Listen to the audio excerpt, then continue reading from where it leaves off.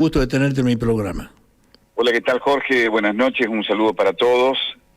Así es, un tema de 20 años casi de historia que además no va a finalizar por aquí cerca, por lo que parece, puesto que, bueno, hay algunas definiciones que todavía no se han terminado de tomar en el ámbito de la justicia provincial, en el seno de la Sala Penal del Tribunal Superior de Justicia. ¿Cuál es la posibilidad o no de que quede firme la prescripción ya dictada por una Cámara de Apelación en Río Cuarto? Es decir, hay una apelación a una resolución de prescripción de la causa por el paso del tiempo. Es decir, que como ya habían pasado más de 15 años, claro, la resolución que tomó la Cámara del Crimen número 2 de Río Cuarto fue precisamente determinar su prescripción. Y ahora el Tribunal Superior está evaluando, ya hace varios meses, si esta causa ha quedado o no prescripta. En el medio de toda esta situación está la que precisamente involucra a Roberto Marcos Bárzola, que por otra parte estuvo en el centro, en el eje de los argumentos de destitución de 3 fiscales. Y esto porque me interesa, o me intereso en todo caso, en explicarlo, Jorge. A ver. Porque lo que ha sucedido es que los fiscales finalmente destituidos por el jurado de enjuiciamiento, por el jury, en la legislatura provincial, no investigaron, y esto es lo que dice no solo la acusación, sino finalmente la resolución, la pista que conducía a Roberto Marcos Bárzola, de quien se encontraron en la escena del crimen 2 huellas genéticas. Una en partes del cinto de la bata, el arma homicida que estranguló y que, digamos, con el que el asesino completó la faena, el autor del crimen, y otro es un vello público, que no es un vello público, en realidad es un hair, como dice el informe del FBI, en realidad del laboratorio de Florida, el doctor Jack Valentine, dice, es un hair, un pelo de cabeza de 3 centímetros de largo, cuyo ADN mitocondrial coincide también con el haplotipo X, es decir, la línea o el linaje genético de Roberto Bárzola. Estas 2 presencias genéticas de Bárzola son el argumento utilizado por el fiscal Jávega, encargado de este juicio por la verdad, que se encargó allá por 2022 al final del juicio contra Marcelo Macarrón, el lío de la víctima, cuando lo absolvieron, y finalmente han sido lo que ha llevado precisamente a reactivar la posibilidad de que haya o no un juicio. ¿Qué sucede ahora? Bien lo decías, prefiero no adelantar demasiado, porque seguramente el doctor Zacarías Ramírez Rigo tendrá mucho más para decir al respecto. Está en la controversia, en el eje de la situación, el hecho de que Bárzola es un imputado, por el momento, beneficiado por el principio de inocencia, sin haber sido juzgado todavía, no se lo puede considerar culpable o responsable de la muerte de Nora Dalmazo. Lo llamativo es que para el eje de la acusación, para la destitución de los fiscales, sí, prácticamente, se dio como un hecho de que la pista desarrollada por el fiscal Jávega era la idónea. Así que ahí hay un poco de controversia. Hay varias cosas por resolver, hay un pedido precisamente de nulidad sobre lo actuado por el fiscal Jávega, esto lo va a explicar mejor el doctor Ramírez Rigo. ¿Cuándo ingresa a la causa Bárzola? ¿En qué tiempo del proceso de instrucción y preparación para el juicio final? ¿En qué tiempo? ¿Fuera o dentro de los 15 años que tenía de duración hasta la prescripción? No alcancé a escuchar bien, pero si la pregunta es ¿cuándo fue encontrado Bárzola? ¿O cuándo fue encontrada la muestra genética que involucra a Bárzola? La muestra fue encontrada, supuestamente identificada en el 2011. 2011. Más o menos unos 5 años después del crimen de Nora Dalmazo. Y la coincidencia genética fue a partir de la obtención de muestras de ADN de decenas de personas ordenadas por el fiscal Jávega. Es decir, lo que algunos llamaron en el jury de enjuiciamiento, sobre todo los abogados defensores de los fiscales, una suerte de excursión de pesca, algo calificado así por la Corte Suprema, cuando se busca primero la prueba y luego al dueño de la muestra. Es decir, ir de la prueba al autor y no del autor a la prueba. No sé si me explico, doctor. Totalmente. Lo tengo en línea ya el doctor Ramírez Rigo. Víctor, tu presentación al tema ha sido excelente y va a dar tema que te tengo que volver a llamar después, pero ya que tengo al doctor que está en su estudio, no lo quiero demorar. Te agradezco enormemente este prólogo, que creo que fue lo mejor que me podría haber pasado, Víctor. Bueno, muchísimas gracias, muy generoso de tu parte. Es un tema muy complejo, que abarca muchas aristas, y además, a veces hay información completa, cuando no errónea, y eso nos desorienta un poco. Nos desorienta a quienes incluso estuvimos a lo largo de estos 20 años siguiendo la causa. Claro. ¿Cómo nos va a desorientar al que recién se entera o va conociendo pormenores del tema? Te mando un gran abrazo y ha sido un gusto y un placer estar un ratito con ustedes por ahí. Ojo, Víctor, vos me anticipás el caso de quienes fueron fiscales. Mirá lo que está pasando con el caso Agostina, con una semana de vida y con los problemas de los fiscales. Abrazo, Víctor. Abrazo, Víctor. Gracias. Abrazo. Rápidamente, ahí nomás cortinemos, separame que me voy a saludar al doctor. Dale. Fénix, siempre la verdad, la voz de los que no tienen voz. Fénix, siempre primero. Fénix, siempre la verdad. Saludo esta noche nuestro querido Todo Vuelve al doctor Zacarías Ramírez Rigo, que es el abogado defensor de Roberto Bársola, quien fuera asignado, marcado como el autor de aquel hecho que tuvo trascendencia a nivel nacional. Me imagino que no debe ser un caso fácil, y fundamentalmente con el tiempo que ha pasado, y para que veamos también, y es un hecho para valorar, que la justicia a veces puede llegar tarde, pero llega. El tema es que valga esa tardanza para que realmente tengamos justicia. Doctor Zacarías Rigo, buenas noches. Jorge Ocampo lo saluda.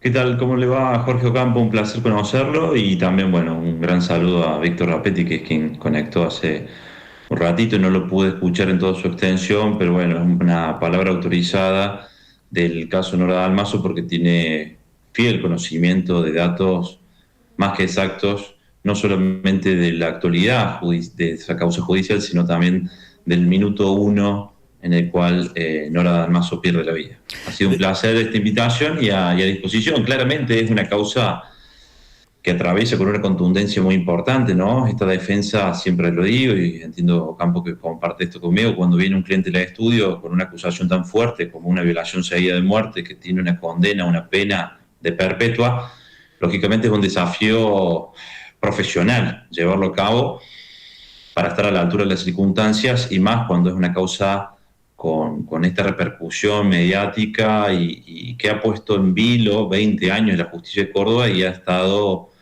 bien observado el desempeño no solamente de fiscales, sino de todo el Poder Judicial.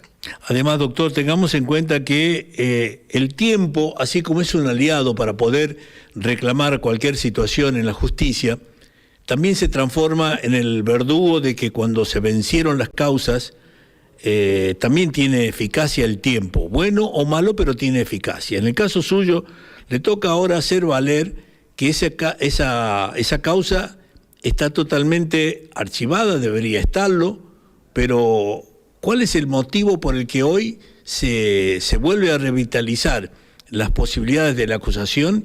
Y fundamentalmente lo que le preguntaba recién a Rapetti, que le decía a él, el mejor prólogo que me tocó en una nota es tenerlo a Víctor con este caso, y usted que ahora está de la mano. El mejor prólogo lo hizo él, contó todo en 2 minutos y con una capacidad realmente importante. ¿Dónde vuelve a tener fuerza la idea de la condena a Bársola, que él absolutamente hoy es inocente? O por lo menos está liberado. Sí, esto tiene un análisis, la verdad, que bastante extenso, porque, a ver, quien lo imputa, quien lo investiga a Bársola en este último tiempo fue el fiscal Jávega. Pablo Jávega ha sido el fiscal que ha intervenido luego del juicio oral y público a Marcelo Macarrón, el cual fue absuelto. Él tuvo un jurado popular, pero el fiscal de Cámara, el doctor Julio Rivero, tomó la decisión de no sostener la acusación al final del proceso, al final del juicio, y no dio la oportunidad procesal para que el jurado de enjuiciamiento jurado popular, definiera si era inocente o culpable. Luego de esto, al Ministerio Público Fiscal le da esta encomienda, este pedido, este trabajo a Pablo Jávega, quien luego de una serie de actos, inicia la investigación en contra de nuestro defendido, lo investiga, lo imputa y luego pide la elevación de la causa a juicio. El instituto de la prescripción es un instituto clásico, es un instituto sin lugar a dudas, que tiene que ver con las bases de un Estado de Derecho y reglas claras para poder definir lo que es la persecución penal. Todos sabemos que en teoría y en los lineamientos de todo Estado de Derecho, que el derecho penal viene a ser un límite. Yo siempre digo que viene a encorsetar ese poder que tiene el Estado de perseguir a los ciudadanos cuando supuestamente cometido un hecho. Siempre hay límites a ese poder del Estado y que lo representa y lo llevan adelante con el Ministerio Público Fiscal. Uno de esos límites es la prescripción. Y quiero serte absolutamente honesto, que desde esta defensa hemos utilizado todas las herramientas. Yo siempre digo, todos los abogados defensores tenemos una caja de herramientas y vamos aplicando absolutamente todas las herramientas que tenemos. Entre ellas, el incidente de prescripción que fue interpuesto en esta causa, digamos, cuando el fiscal comienza esta investigación, lo alertamos de que esto estaba prescripto. Lógicamente él consideró que no, y después estamos en distintas instancias en las cuales actualmente ese incidente de prescripción está en el Tribunal Superior de Justicia, en la sala penal, ¿bien?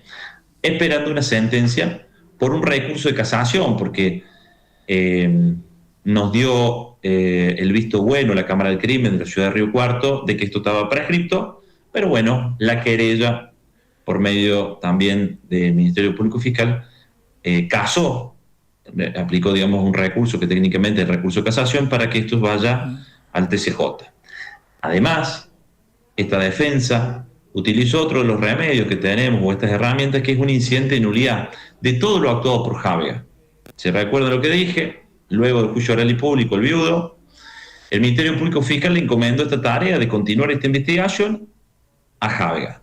Estaba doctor, en ese momento de la liberación que se produce al señor Macaron, el doctor, ya estaba en vilo, estaba en la duda, estaba en la conversación la aparición de Bársola como uno de los protagonistas del hecho.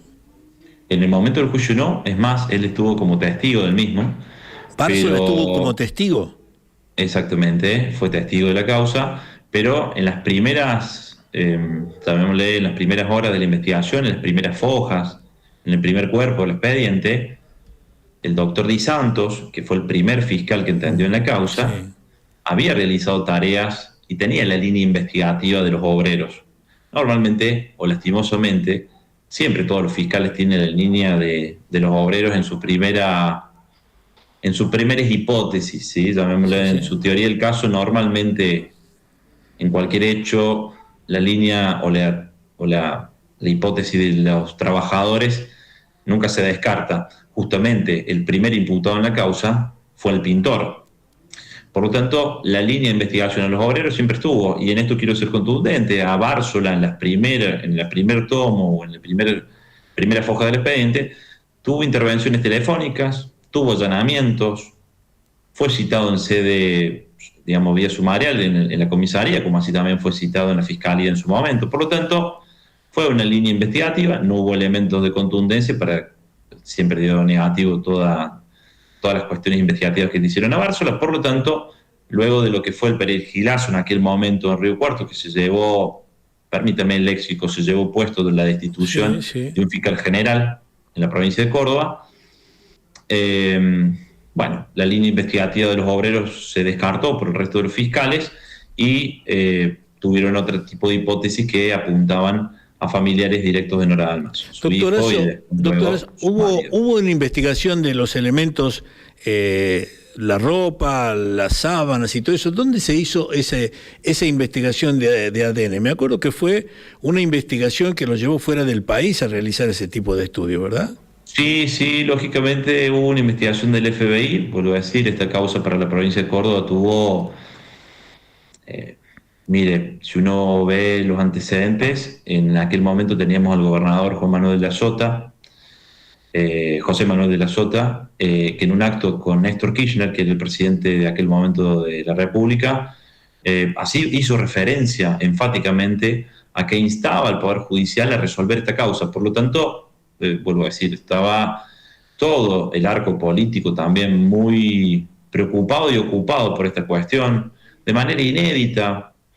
El fiscal general que tomó la causa, que estuvo interviniendo en las primeras horas de la investigación, duró 3 meses ese fiscal general, luego el perejilazo se tuvo que ir, y había adoptado una medida de poner 3 fiscales en la provincia de Córdoba. En aquel momento se ve que le había dado resultado en otras investigaciones complejas, complicadas, armar un tridente de fiscales para este tipo de situaciones, lo cual también había sido utilizado por la Fiscalía General del Ministerio Público Fiscal en Córdoba, lo cual, obviamente después de la salida del fiscal general, de presentada su renuncia, esto no continuó. Bien. Siguió estando el doctor Di Santos. Por eso también en el jury llamó un poco la atención porque solamente había 3 fiscales, siendo que había habido mucho más fiscales interviniendo en esta causa.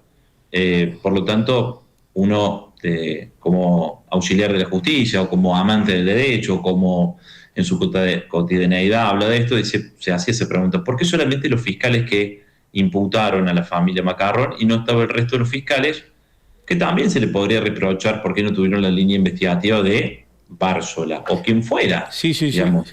Doctor, bueno, hoy parte de esta situación por fuera del juicio, pero tratando de revalidar el hecho de investigar y que el juicio no quede impune ni que haya un culpable, surge el pedido de Bársola de una indemnización multimillonaria. ¿Es cierto? ¿Es capaz? ¿Llega hasta esa situación el hecho de que él reclame una indemnización, creo que algo de 300 millones, ¿puede ser? Sí, concretamente esta es una nueva situación, llamémoslo un nuevo capítulo en todo este proceso que ha sido abordado de distintas líneas. Nuestro estudio, lógicamente, no solamente lleva adelante esta defensa de Bársola en las cuestiones penales, sino que hacemos un análisis integral del derecho y hemos observado en repetidas oportunidades cómo ha existido por parte de determinados actores, de determinados participantes de este proceso, cómo han condenado anticipadamente a Bársola, cómo por medios televisivos, informáticos, de distintos, a nivel provincial y a nivel nacional también, te podría enumerar Novarecio en América, Mauro Zeta en Canal América, y ahora Mirta Legrand en Canal 13 de Buenos Aires, cómo se han encargado de adjudicarle y condenar a Bársola con la autoría del homicidio de Nora Dalmazo. Por lo cual nosotros, por medio de una carta documento, hemos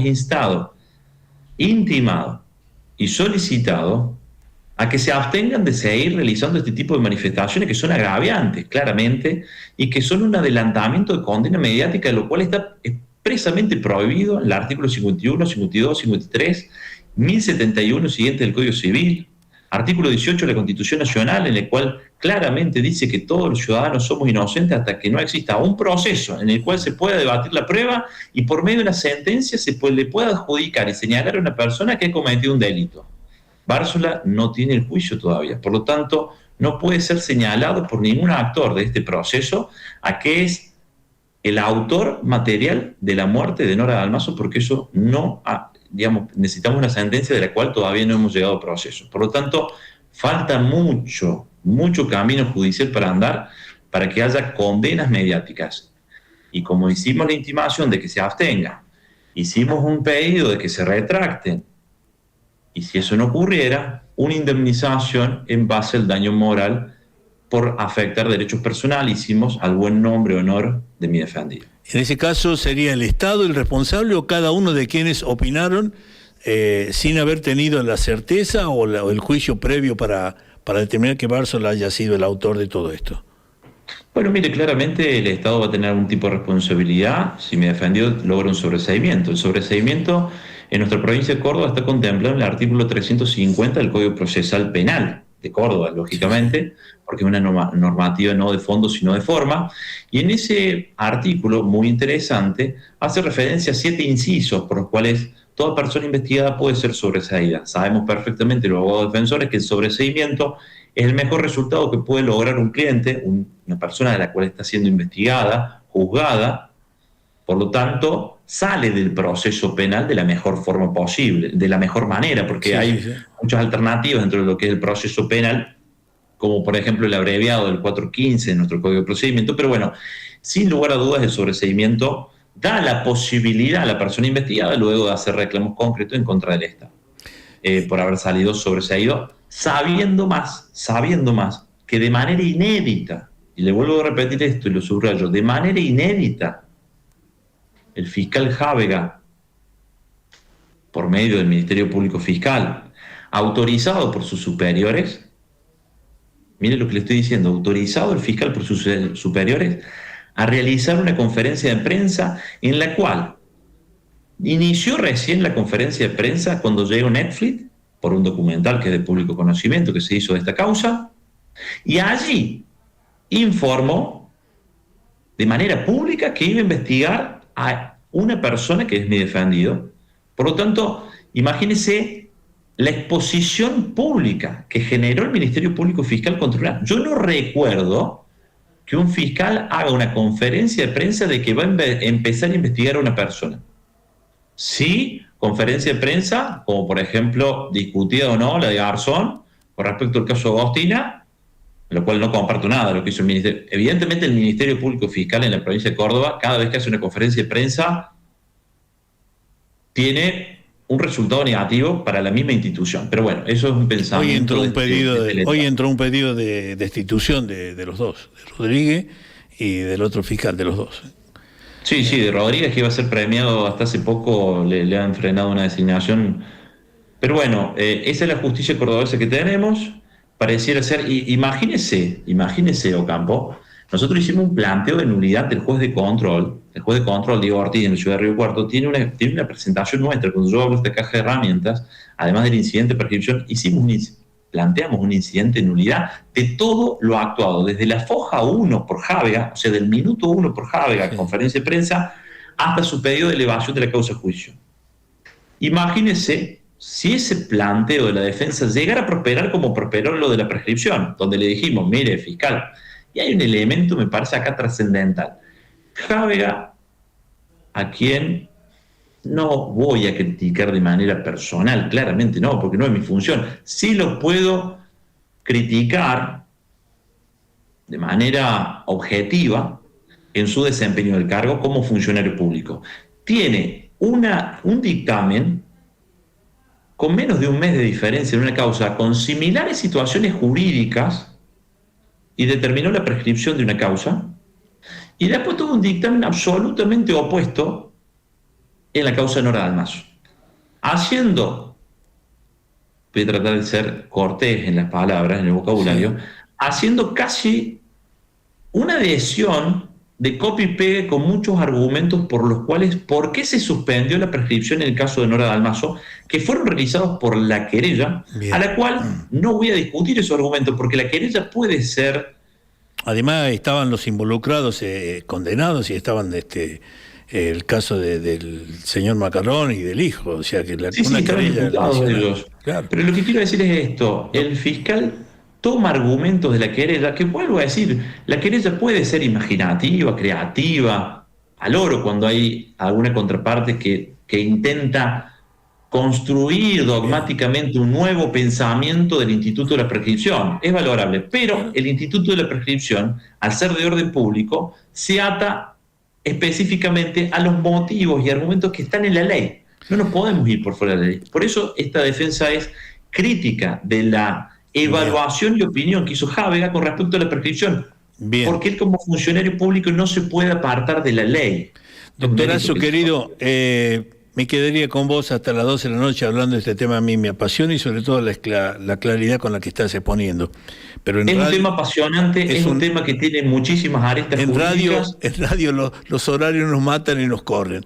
El compromiso Lo sé, es público, perfectamente. el compromiso es público para que en una semana más que haya un avance de todo esto, te voy a volver a molestar para que Sí, por sigamos supuesto. esto, porque me parece que me están entrando mensajes de todos lados sobre la explicación tuya, que es muy importante, lo están tomando acá, tengo abogados del interior de la provincia que me están En el enviando momento mensajes. que me encantaría debatir con un poco de tiempo, me encantaría debatir los dos elementos probatorios que tiene Bársola en su contra, que es ADN y un pelo. Me encantaría tener un poco de tiempo para debatir esto. Te Porque prometo, la semana que viene yo te llamo, doctor, y te voy a dar todo el programa exclusivo para que lo expliquemos. Preparame la perfecto, materia. porque es muy interesante no solamente estas cuestiones de la condena mediática, sino también qué bien lo ponemos nosotros como auxiliares de la justicia con respecto a temas trascendentales como la prescripción, como las nulidades que tienen que ver con un proceso, y le vuelvo a decir, la cuestión de esta prueba que ellos dicen con una contundencia, Sí, sí. esta defensa planteó la nulidad de las mismas y me gustaría darles después La semana que viene- explicación y cómo después se cae producto de lo que es el árbol, el fruto del árbol envenenado, cómo se cae toda la investigación que se ha realizado en contra de mi defendido, pero bueno, lógicamente entiendo los tiempos, que son un poco tirados en los medios, y te agradezco muchísimo el espacio para hablar de estos temas de derecho que me apasionan. Al contrario, doctor. También ser honesto, tengo que ser honesto en algo. Yo hoy ocupo un lugar y una posición que tiene que ver con la defensa de Bársola, por lo tanto, yo tengo que cumplir un deber ético y moral con respecto a esta defensa que es la de Bársola, lógicamente, es mi posición. En la semana yo te llamo, doctor, y la semana que viene un programa exclusivo con todo esto, y que nos vamos a preparar antes con las pruebas que vos me puedas enviar para enviar para que lo podamos exponer. Abrazo, Sí, doctor. por supuesto. Un abrazo gigante. Gracias por la comunicación y un saludo a tu audiencia. Muchas gracias. El doctor Zacarías Ramírez Rigo es el defensor de quien está asignado como el autor de este hecho, pero con posterioridad a tanto tiempo, el juicio tenía 15 años de sostén de esta acusación y se pasó. Nos encontramos mañana, les pido mil disculpas a los chicos que enseguida seguimos. Gracias. Fénix, siempre la